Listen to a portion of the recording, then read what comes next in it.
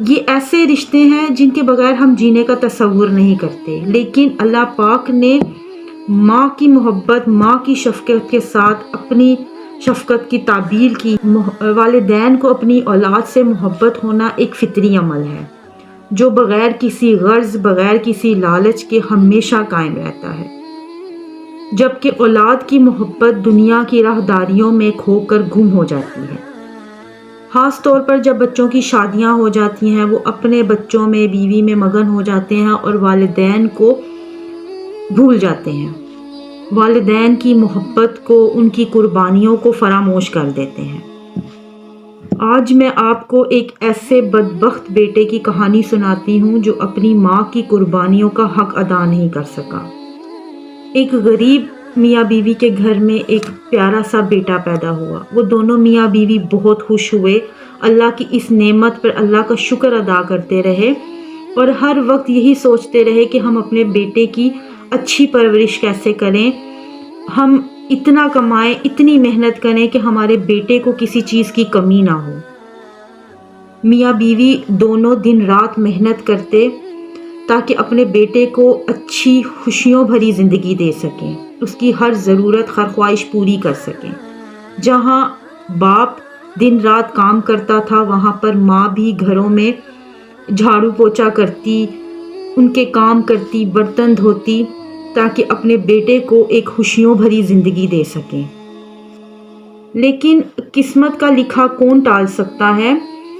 ابھی ان کے بیٹے کی عمر 3 سال ہوئی تھی کہ والد اس دنیا سے رخصت فرما گئے۔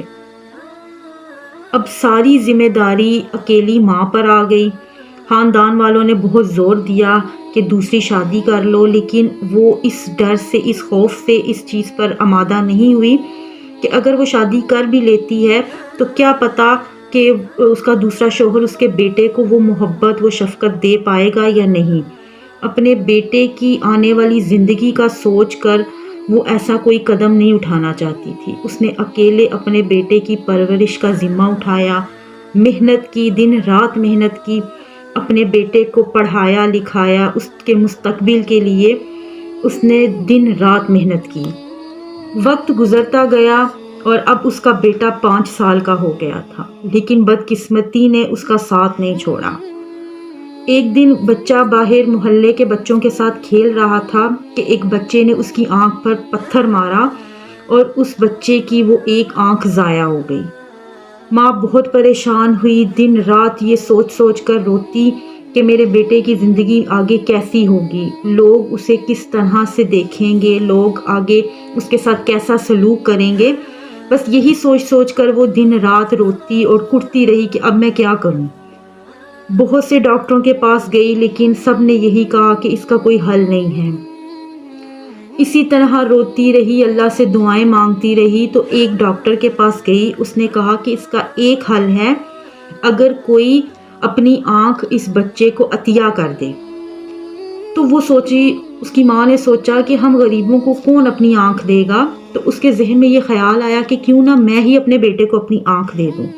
اس نے ڈاکٹر سے بات کی تو ڈاکٹر نے کہا کہ ایسا ممکن تو ہے، لیکن آپریشن کا خرچ کیسے پورا کرو گی؟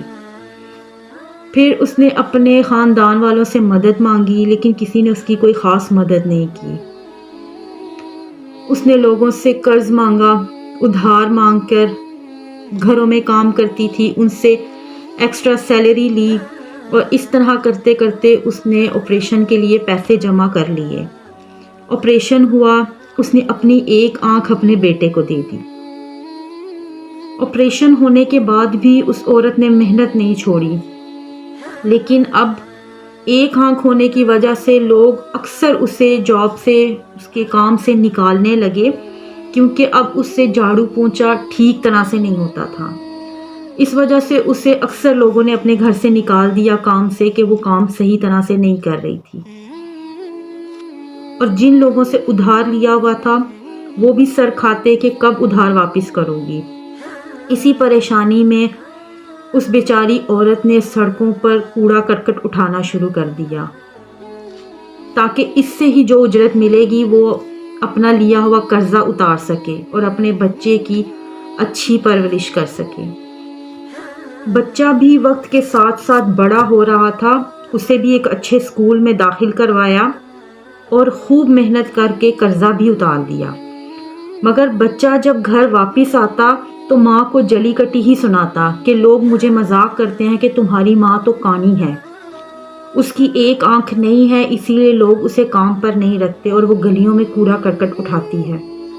مگر اس ماں نے پھر بھی مسکرا کر اپنے بیٹے کو کہا کہ بیٹا، محنت میں عظمت ہے، کام کرنے میں کوئی شرم نہیں، تم پڑھ لکھ کر جب بڑے افسر بنو گے تو یہی لوگ تمہارے پیچھے پیچھے ہوں گے۔ مگر کم عقل بچہ یہ بات نہیں سمجھتا تھا اور دل ہی دل میں کڑتا رہتا تھا۔